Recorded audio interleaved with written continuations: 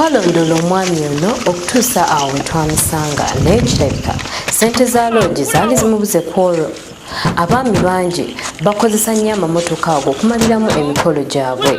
Emmotoka okugeza nga Hipsam,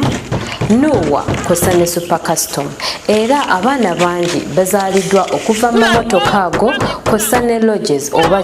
zitwandiise hotels. Omwami ono era twamusanga mabbali g'oluguudo ng'apaakinze asobole okumaliramu emirimu gye nga tasuubira oba akuuma kaffe ka microtransmitter chip kayinza okumulondola awo waali.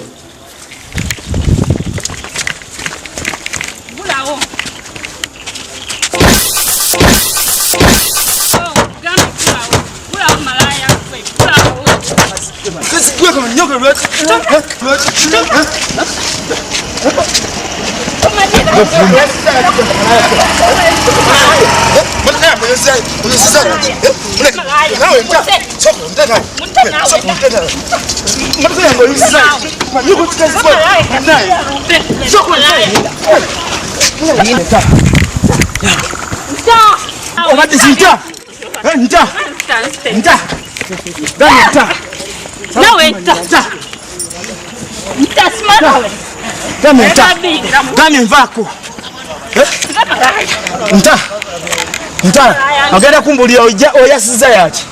Oyasiza yaki. Ganawe ntatonde wanganye malokwa okwetereza empala yange.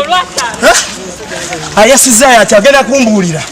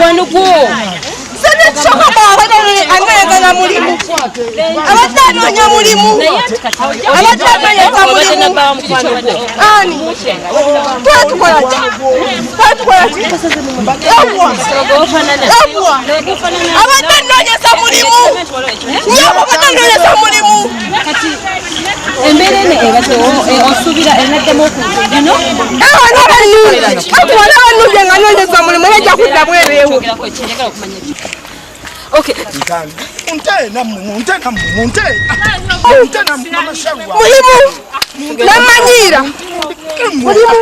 Nsonyiwa kale naye ng'oli mukwano gwo omukazi omumanyi mukwano gwo omukazi ne mugamba tongubirira mukazi buli kaseera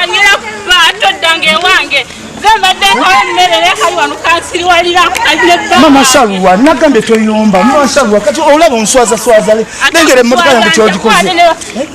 kakana nawe chicho sikuwa olimbade olisimkwano goloza nyinzo kumwagala just mbadde nabye mubuuza bikwata kugwe era gobindeetera ebyo byonna sagala nze mbadde mubuuza kugwe era gwe wanziviiriddeko ebyo byonna ebyaki nze mbadde mbuuliriza kugwe gwe watandika embeera zezitategeera era oli mukwano gwo njagala mubuuza mbeera zo motoka Mama Shalwa tusobola kumanya kati nga mbairo de kigota njagaza ati ndekamu nawe icyari kufanana yange tombuli Mama Shalwa yo tuno ngamba ki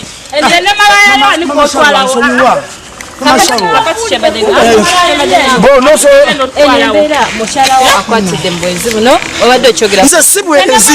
nze tankwatidde mbwenzi Mama Shalwa laba motoka yange kyogikoze Mama Shalwa mukwate banja mukubira bwerere mumukwate nze nja kukuba kiki kyobadde okola mu motoka nga oli mukwano gwono okiwulira mbadde mubuuza obulega bonna buli ng'ekiraga nti waliwo ekibadde yeekanze bwekanzi oli yeyeekanze naye nze olaba mbadde era nze nzijemu ngoye sagala njagala okumanya kyogerako bannaye Mama Shalwa kakana kubanga bannaye ekikulu ekyabyo nno oyo mukwano gw'oli owulira era mbadde nze kumubuuza bigambo bikwataga mbeera z'ono obudde bubadde bwakiro nga mukola kine mu motoka kati wenfunidde obudde mbadde nva mu tawuni kola ne musiŋŋaana awo nenjagala mubuuze Mama Shalwa entambula ze kubanga Mama Shalwa nebiseera bino natandika omwekengera okiwulira nenjagala muyite mugambe Mama Shalwa kubanga bwe batambula era oyo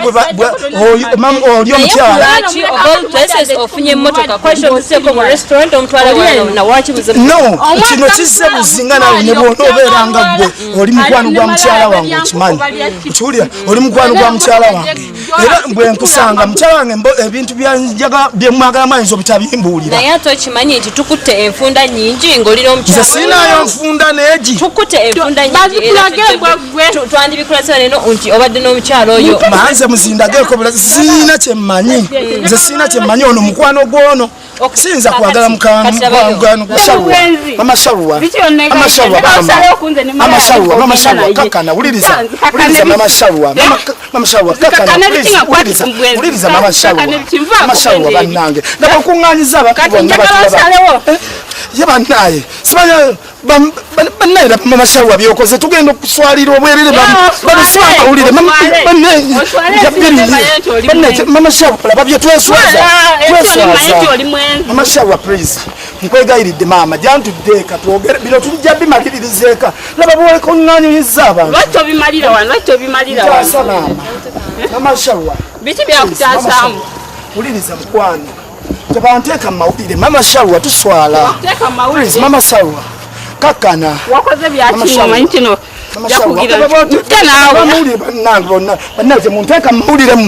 temunteeka mu mawulire bannange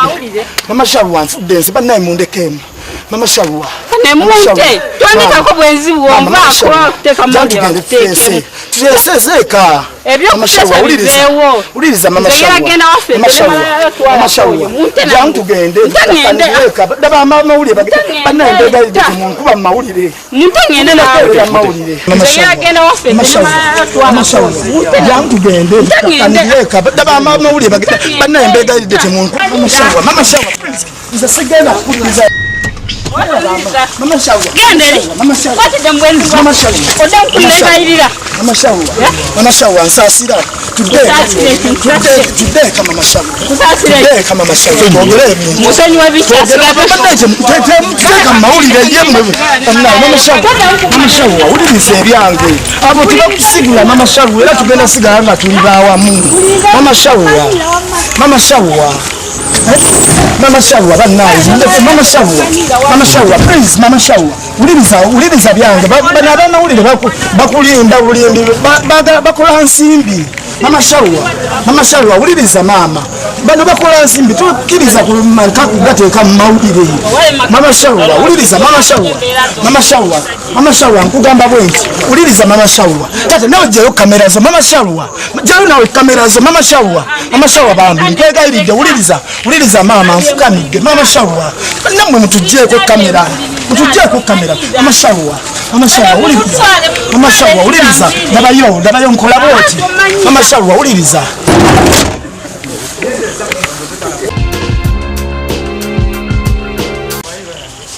oganye gulawo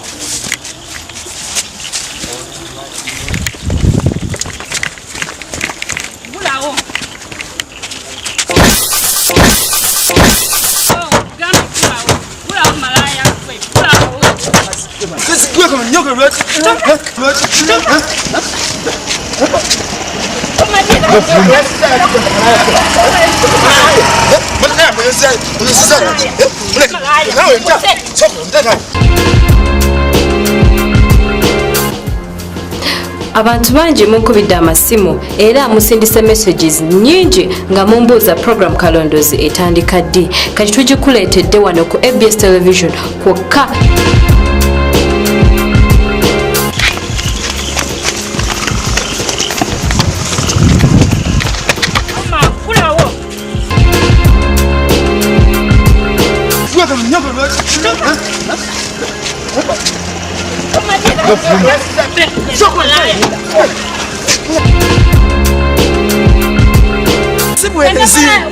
Nkwatidde mbwenzi Mama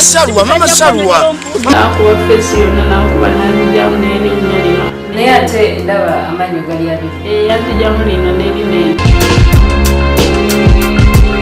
egenda kuba eragibwa buli lwa Sunday ssaawa 3 ez'ekiro eddibwemu ku Lwokuna era ssaawa 3 ez'ekiro nange omwerezaawo Aisha Tosubwa.